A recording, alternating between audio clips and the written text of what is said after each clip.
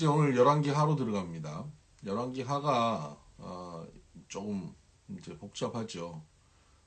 물론 오늘 읽을 내용은 복잡하지 않습니다.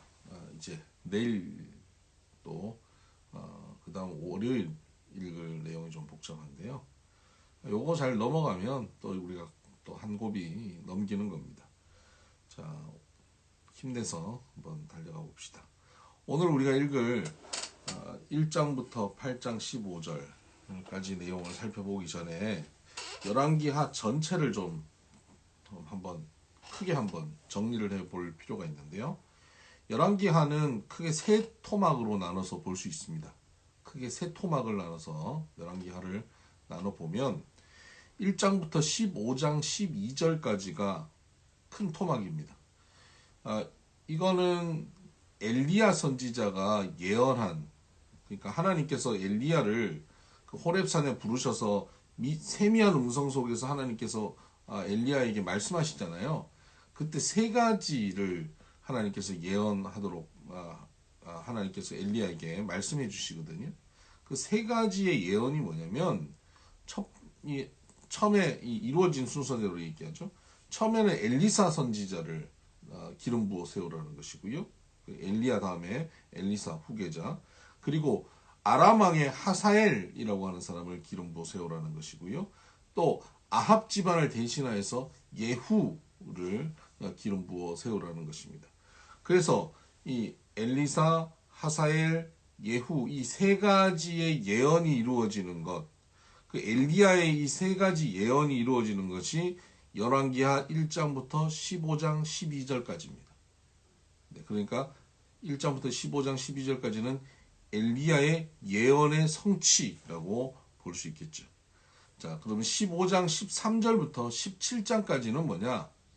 예후 왕조가 멸망하고 끝나고 난 다음에 그 이후에 북이스라엘, 이 예후는 북이스라엘 왕이거든요. 북이스라엘의 혼란과 그 북이스라엘의 멸망, 드디어 북이스라엘이 멸망합니다. BC 722년에 북이스라엘이 아수르에 의해서 멸망하는 것. 이것이 15장 13절부터 17장까지 북이스라엘 멸망까지 나오게 됩니다. 자, 그럼 18장부터 마지막 장인 25장까지는 뭐겠습니까? 네, 북이스라엘이 멸망하고 나니까 남아있는 남유다 이야기밖에 더 있겠습니까? 뭐 당연한 거죠. 남유다의 이야기가 진행되다가 결국 어떻게 돼요? 멸망이죠. 바빌론에 의해서 멸망. 아주 간단합니다. 1장부터 15장 12절까지는 엘리야의 예언 성취 세 가지. 엘리사, 하사엘, 예후. 그럼 15장 13절부터 17장까지는 북이스라엘 멸망. 그럼 18장부터 마지막 장 25장까지는 남유다의 멸망. 이렇게 세 가지 토막으로 보면 그러면 좀 열왕기 하가 조금 손에 잡히지 않습니까? 자, 여기서 우리가 이제 조금 복잡한 부분, 조금 어려워하는 게 뭐냐면요. 열왕기 하에 들어가자마자 조금 어려워하는 내용이 뭐냐면 왕의 이름이 조금 어렵습니다. 제가 열왕기를 설명하면서 그랬잖아요. 북이스라엘 왕을 얘기하면 이 왕이 남유다 누구 때의 북이스라엘 왕이다. 북이스라엘 왕 누구 때의 남유다 왕이다. 뭐 이런 얘기를 계속 쓰고 있죠. 그런데 북이스라엘의 아합 왕 시대에 남유다의 여호사밧이 왕이었습니다. 북이스라엘 아합, 남유다 여호사밧 기억하시죠? 북이스라엘 아합의 아내가 이세벨 아닙니까? 이세벨은 꼭 기억해야 됩니다. 북쪽 시돈 땅에서 이 바알 우상을 가져왔습니다. 이것이 지금 북이스라엘 멸망과 남유다 멸망으로 연결되어지는 중요한 키입니다. 그래서 이 아합 이야기가 굉장히 길게 기록되어 있고 아합 집안이 열왕기 상하의 가장 중심부에 있다고 말씀드렸죠. 이 사람이 훌륭해서가 아니라 이 집안의 문제들로 인해서 북이스라엘과 남유다의 멸망, 결국은 아합의 결혼 문제로 북이스라엘과 남유다가 멸망하는 어떤 단초가 제공된다 하는 것을 우리가 알 수 있습니다. 자, 그런데 아합이 죽고 난 다음에 아합의 아들 아하시아가 왕이 돼요. 아하시아가 왕이 됩니다. 그런데 아하시아가 왕이 되고 2년 후에 아하시아가 죽고 아하시아가 아들이 없이 죽었기 때문에 아합의 또 다른 아들인 여호람이 왕이 됩니다. 근데 이 여호람이라고 하는 왕은 성경에 보면 여호람이라고도 기록되고 어떨 때는 요람이라고도 기록됩니다. 요걸 잘 기억하셔야 됩니다. 여호람은 북이스라엘 왕 여호람은 여호람이라고도 기록되기도 하고 요람이라고도 기록됩니다. 읽으시면서 이게 헷갈릴 수 있습니다. 근데 왜 이게 더 헷갈리냐면 남유다 왕과 헷갈리기 때문에 그렇습니다. 자, 북이스라엘 아합과 여호사밧, 남유다의 여호사밧입니다. 이 여호사밧이 남유다의 왕인데, 아이고, 확진자가 떠서 이게 울리네요. 네, 자동으로 꺼주죠. 네, 이게 중요하다고 지금 알려주는 것 같습니다. 북이스라엘의 아합과 남유다의 여호사밧인데 이 사람들이 서로 사돈 관계가 됩니다. 북이스라엘 아합의 딸이 남유다 여호사밧의 아들과 결혼해요. 그런데 이 남유다 여호사밧의 아들이 누구냐면 아들의 이름이 여호람입니다. 이게 헷갈리죠? 북이스라엘 아합의 아들 아하시아가 왕이 되고 아하시아가 죽고 난 다음 또 다른 아들인 여호람이 왕이 되잖아요. 근데 남유다 여호사밧의 아들이 여호람이라고요. 이 아합의 둘째 아들과 남유다 여호사밧의 아들 여호람과 이름이 같아요. 여호람. 여기서 헷갈릴 수 있다는 거죠. 근데 여기 또 헷갈리는 거 뭐냐면 이 남유다의 왕 여호람의 아내가 북이스라엘 아합의 딸이잖아요. 아합의 딸, 그 딸 이름이 뭡니까? 딸이야. 그래서 아달랴예요. 이 아달랴와 여호람 사이에 아들을 낳아요. 이 아달랴가 자기 오빠를 되게 존경했나 봐요. 그래서 자기 오빠 그 아합의 바로 이어서 아들이 된 큰아들 아하시아의 이름을 따라서 자기 아들 이름을 아하시아라고 지어요. 그러니까 북이스라엘은 아합, 아하시아, 여호람. 남유다는 여호사밧, 여호람, 아하시아. 여기서 아하시아, 여호람. 밑에는 여호람, 아하시아. 제가 설명하면서도 좀 헷갈리는 것 같은데 여러분들 네, 잘 이해되시겠어요? 제가 괜히 설명해서 더 헷갈리시나? 네, 요런 상황이라는 거 아시고 읽으시면 좋겠다 싶습니다. 네, 1장부터 오늘 읽을 8장 15절까지는 엘리사 이야기가 대부분을 차지하고요. 그리고 8장에 가서 하사엘, 아람왕 하사엘이 이제 등극하는 내용이 잠깐 언급됩니다. 그러면 묵상 포인트를 좀 보죠. 1장부터 8장까지 엘리사 스토리이기 때문에 그냥 쭉 읽으면 뭐 재밌는 스토리로 우리가 알 수 있습니다. 이런 전체적인 흐름 속에서 읽어가면 그냥 재밌게 잘 읽을 수 있고요. 그리고 이 안에서 묵상 포인트들도 굉장히 많습니다. 사실 열왕기하 설교할 때 묵상 포인트는 거의 1장부터 8장 이 안에서 거의 다 찾아낸다고 볼 수 있죠. 그래서 뭐 할 게 너무 많은데 뭐 몇 가지만 좀 오늘 살펴보십시다. 1장 2절을 보면 아하시아가 사마리아에 있는 그의 다락 난간에서 떨어져 병들매 사자를 보내며 그들에게 이르되 가서 에글론의 신 바알세붑에게 이 병이 낫겠나 물어보라 하니라. 북이스라엘 왕 아하시아가 다락 난간에서 떨어져요. 그래서 병듭니다. 죽을 것 같아요. 그래서 자기 신하를 보내가지고 바알세붑에게 보내서 자기가 낫겠나 하는 것을 물어보는 겁니다. 하나님께서는 아하시아에게 기회를 주신 거죠. 병에 들고 어려움이 생겼어요. 그러면 그것을 통해서 하나님께 찾아갈 수 있는 기회를 주신 겁니다. 근데 그 기회를 놓쳐요. 바알세붑에게 물어보는 겁니다. 하나님은 오늘 우리에게도 기회를 주세요. 다락 난간에 떨어진다든가 뭐 이런 기회, 뭐 교통사고나 뭐 사업의 어려움이나 자녀 문제나 이런 기회가 오는데 그 기회가 생겨서 하나님 앞에 찾아오는 경우들이 있어요. 이게 복입니다. 뭐 우리 성도님들 중에 그런 분들 많이 있으시죠? 여러분들 삶 가운데 어려움이 생겨서 하나님 앞에 나오게 된 분들이 많으시죠? 이게 여러분은 하나님 주신 기회를 살린 것이고요. 지금 아하시아는 놓친 겁니다. 그때 바알세붑에게 물으러 갑니다. 그래서 엘리야가 그 중간에 그 신하를 만나서 3절 하반절에 보면 그에게 이르기를 이스라엘에 하나님이 없어서 너희가 에글론의 신 바알세붑에게 물으러 가느냐라고 말을 하죠. 그리고는 가서 일러라. 네가 침상에서 내려오지 못하고 죽을 것이다. 그렇게 아하시아는 침상에서 내려오지 못하고 죽게 됩니다. 그래서 2년 만에 그는 죽죠.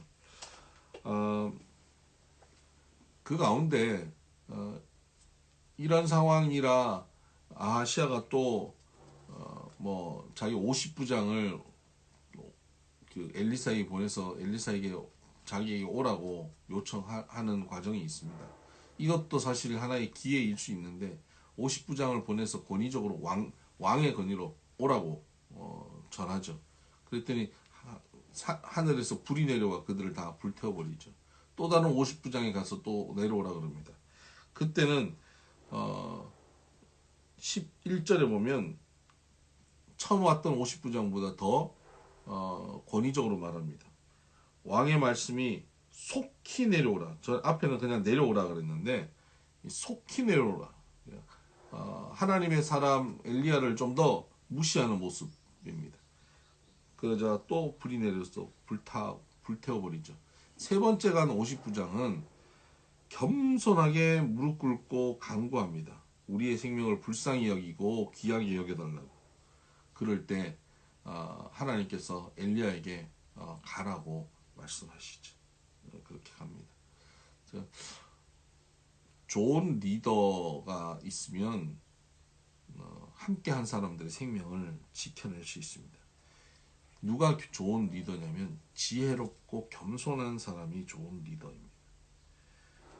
그냥 법대로 하는 사람이 좋은 리더가 아니에요. 자기 권위대로 뭐 내 생각에 옳은 대로 그냥 밀어붙이는 게 좋은 리더가 아니라 지혜롭게 겸손하게 그리고 내가 맡아 있는 그 조직 내가 함께 하고 있는 그 사람들의 생명을 귀하게 여길 줄 아는 사람이 좋은 리더입니다.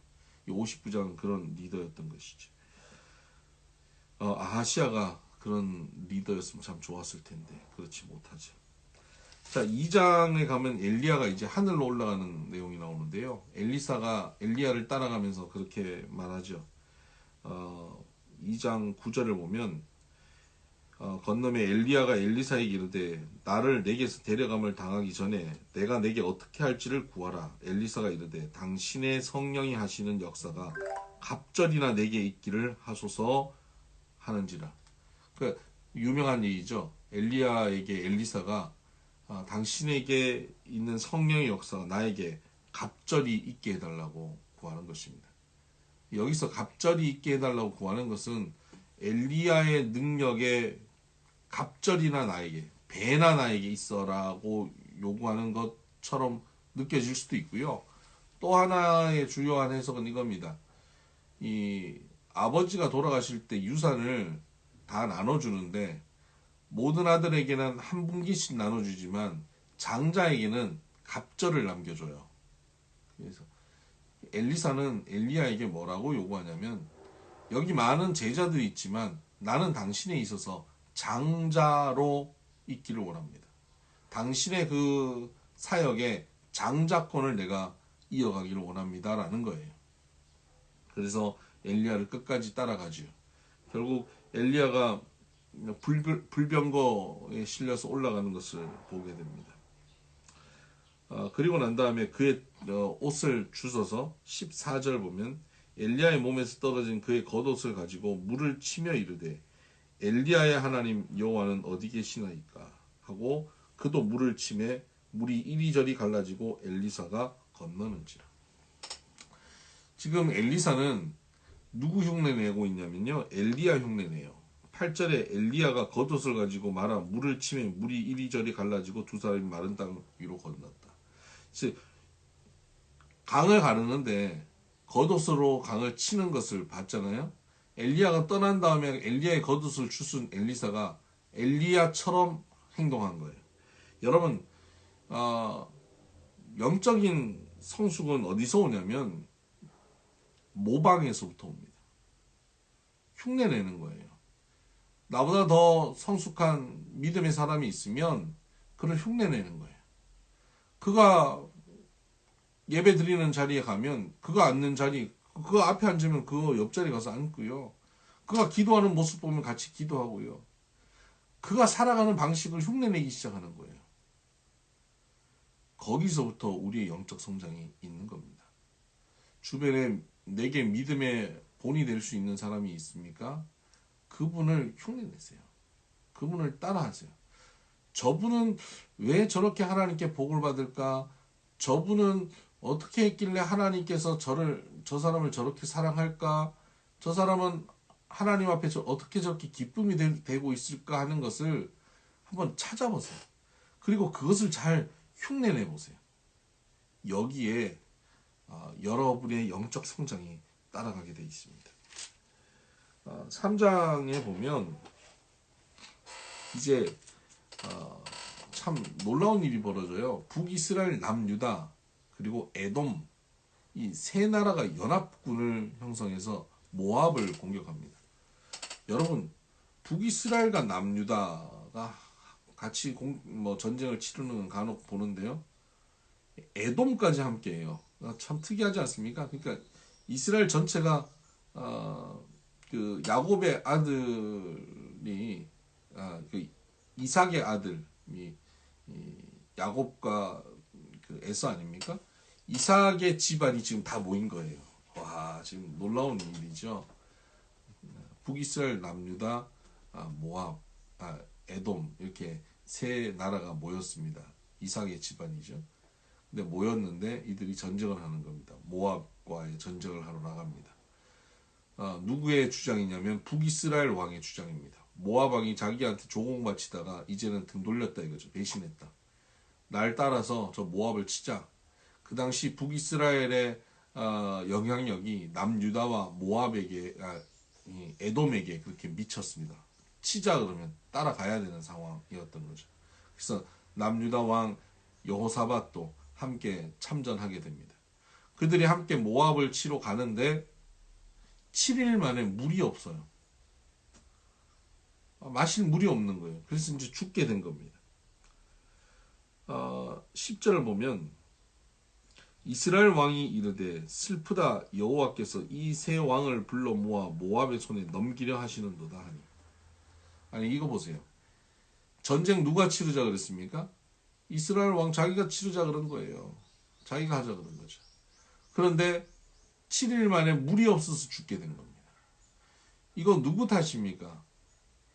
자기 탓이에요. 그런데 뭐라 그럽니까? 슬프다. 여호와께서 이 세 왕을 불러 모아서 모압 왕에게 넘긴다. 이 세 왕 불러 모은 건 누굽니까? 지가 불러 모았어요. 그리고 지가 작전에 실패해서 죽게 된 거예요. 지가 잘못한 겁니다. 근데 하나님께 핑계대고 있습니다. 여러분, 우리가 살면서 우리가 실수하고 우리가 죄짓고 우리가 연약해서 넘어지면서 핑계는 하나님께, 원망을 하나님께 돌리는 경우들이 얼마나 많은지 모릅니다. 그런데 그때 11절에 여호사밧이 이르되 우리가 여호와께 물을 만한 여호와의 선지자가 여기 없느냐. 그때 여호사밧은 하나님께 묻자라고 제안합니다. 여러분, 하나님께 질문할 때 살 길이 생깁니다. 아무도 기도하지 않는데 여호사밧이 기도하자고 구한 거예요. 여러분 주변에 아무도 기도하지 않는데 한 사람이 하나님 앞에 기도하기 시작하면 살 길이 생깁니다.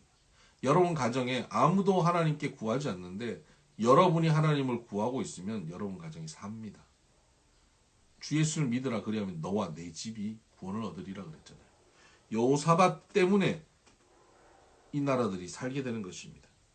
그래서 14절에 보면 엘리사가 이르되 내가 섬기는 만군의 여호와께서 살아계심을 두고 맹세하노니 내가 만일 유다의 왕 여호사밧의 얼굴을 봄이 아니면 그 앞에서 당신을 향하지도 아니하고 보지도 아니하였으리라. 지금 엘리사는 북이스라엘 왕 만나기도 싫은 거예요. 꼴 보기도 싫다 이거예요. 그런데 남유다 여호사밧이 있어서 그 얼굴 때문에 내가 만나준다는 겁니다. 여호사밧 같은 사람이 공동체에 존재하기 때문에 공동체가 사는 길이 생기는 겁니다. 여러분에게 여러분이 여러분의 공동체에 여호사밧 같은 존재가 되시기를 바랍니다. 다른 사람 때문에 하나님께서 복을 주시는 것이 아니라 여러분 때문에 복을 주시고 여러분 때문에 기도를 들으시는 여러분이 그곳에 복의 통로가 되고 하나님과의 관계 연결되어지는 통로가 되어지기를 바랍니다. 15절에 이제 내게로 검은 고 탈 자를 불러오소서 하니라. 검은 고 타는 자가 검은 고를 탈 때에 여호와의 손이 엘리사 위에 있더니 엘리사가 지금 마음으로는 하나님께 기도하기도 싫은 거예요. 북이스라엘 왕을 보면 꼴 보기 싫어요. 근데 남유다 왕 여호사밧 때문에 기도를 시작해야 되겠어요. 그래서 뭐 하냐면 음악을 연주하라는 거예요. 찬양 틀으라는 거예요. 여러분 우리의 감정을 이렇게 다룰 줄 알아야 돼요. 축복하기 싫어요. 기도해주기 싫어요. 그런데 기도를 해야겠어요. 그럼 어떻게 해야 되냐? 내 감정을 다루어야 돼요. 내 감정을 다루기 위해서 음악을 사용하는 겁니다. 여러분 감정에 취해 살면 안 되지만요. 감정을 사용할 필요는 있어요. 그래서 오늘 우울하세요? 우울하면 커튼 쳐놓고 어두운 음악 틀고 커피 마시면 안 된다 말씀드렸죠. 우울할 때 밝은 음악 듣고 즐겁게 밝게 분위기를 바꿔야 됩니다. 우리는 감정에 따라 흔들리기 때문에 내 감정을 끌고 갈 수 있는 분위기 속에 나를 집어넣으면 안 되고 내 감정을 긍정적으로 만들어가는 분위기 속에 우리를 끌고 가야 합니다. 사저 오늘 나눌 게 너무 많은데 요거 하나만 합시다. 사장은 과부의 기름 그릇인데 엘리사가 과부에게 집에 가서 기름을 부어라 라고 얘기하는데 여기 초점이 있습니다. 문을 동네 가서 그릇을 빌려서 문을 닫고 기름을 부으라 그러는데 과부는 어떻게 합니까? 문을 닫고 아들에게 그릇 가져와서 기름 부으라. 이 순서 말씀 순종의 순서가 좀 틀리죠. 동네에서 그릇 다 빌려왔으면 그 그릇 다 채워서 자기 집안만 먹고 사는 게 아니라 온 동네도 살릴 수 있었는데 말씀의 온전한 순종을 통해서 하나님의 은혜가 굉장히 풍성해지는 것이죠. 네, 오늘 스토리는 굉장히 많습니다. 그래서 그냥 쭉 읽어가시면 오늘은 본문이 재밌습니다. 그래서 오늘 즐겁게 묵상하실 수 있을 겁니다. 오늘도 주와 함께 행복한 하루 되시기를 바랍니다. 샬롬.